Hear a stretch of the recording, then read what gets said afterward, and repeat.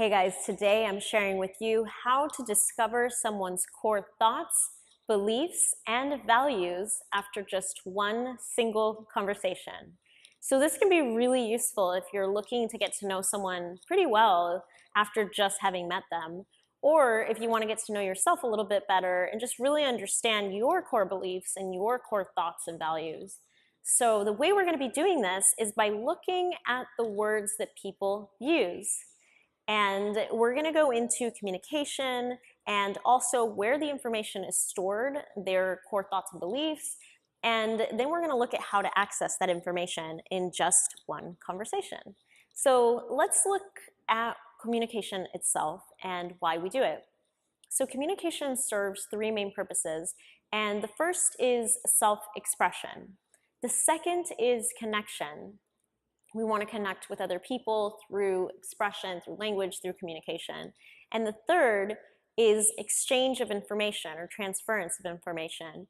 And you want to share new information with someone or gain new information in order to take an action. So those are the three main reasons why we communicate. So if we take a look at where your core thoughts and beliefs and values are stored, and you look at where all your information is stored, then the place to find it is your DNA. So no, I'm not suggesting that you go and like take some sort of saliva sample when they take a sip of coffee or something and you run to the bathroom and analyze it. It's a lot more simple than that. So we are going to be looking at their DNA and how the DNA expresses itself. So let's take a little bit of a deeper look into the DNA itself. So DNA is used to build the body, and it's also a storage place for information and a communication center for information. It tells one cell, tells the other cell, okay, here's how you're going to build this, or here's what we're going to do. And so it exchanges information. Also, a lot of research has been done into how the syntax of language and the syntax of DNA is actually really closely linked. And so just like in language, letters build words and words build sentences, it's the same modular structure with DNA that has interchanging pieces and that have different meanings and different information based on how they're structured and the syntax. And it's very similar in both. So just like DNA communicates on a cellular level, we communicate, person to person. So if you have, for example, a language that is working a lot like a programming language, and you're transferring the information from that language into your DNA and from your DNA. So what it's called when you're transferring your information through language into DNA is part of the research that's been done with epigenetics.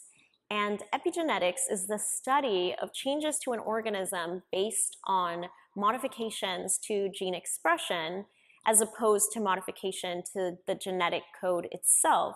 You're not actually pulling in or taking out any DNA, you're just feeding it with new information so that the expression of it changes, which can make actually really, really powerful changes in terms of the expression or, how an organism develops or what it looks like or acts like or anything along those lines. It's really interesting stuff. And that can be powered through and programmed through a few different avenues, with language being one that goes directly in terms of programming and altering that gene expression.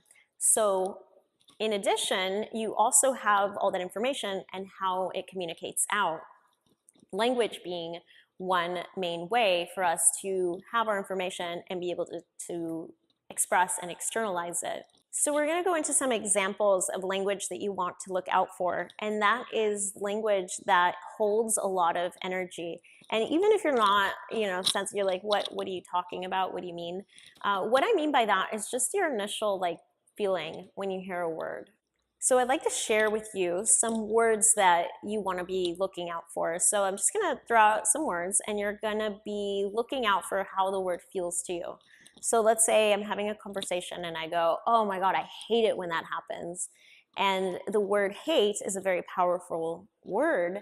And when someone uses it over and over, it does say something about their core belief system.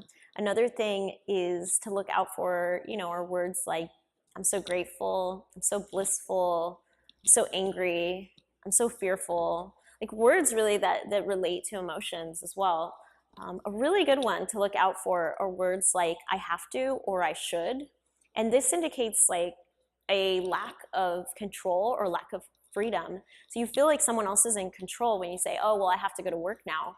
It's like, no, you don't have to, but when you're saying it that way, that tells a lot about what you believe in relation to you and work and things like this. So these are some words to pay attention to. And now we're going to go into a little bit of like some suggestions because of course you are inferring information and you want to know that language is symbolic and not everyone has the same understanding of a word. We have usually a pretty similar understanding, but words are different to everyone. So you want to look out for the meaning that someone places on a word. So to give you an example of that, let's say, for example, someone's talking and they say, oh, it was so embarrassing, I almost died. And of course, they're not talking about literal loss of life, but they are creating a hyperbole so that you can understand how important it was to them. So you can still infer about their thoughts and beliefs, but you want to understand the meaning that they place on that word in relation to how literal or not it is. So just really look out for the meaning that people believe words to be. And that's a little challenging at the very beginning when you get to know them, but if they say it with more and more frequency, then you begin to understand where they're coming from. Which brings me to my next point is how frequently they use the word, which is, it basically comes up, the information's inside them, and how many times it comes up is how strong or how present that information is. So you want to look out for the frequency. The other thing you want to look out for is cultural upbringing and age. So we have these areas of these little cultures and subcultures where we develop language that really bonds us together. If you look at American culture, one word that we love to use is awesome.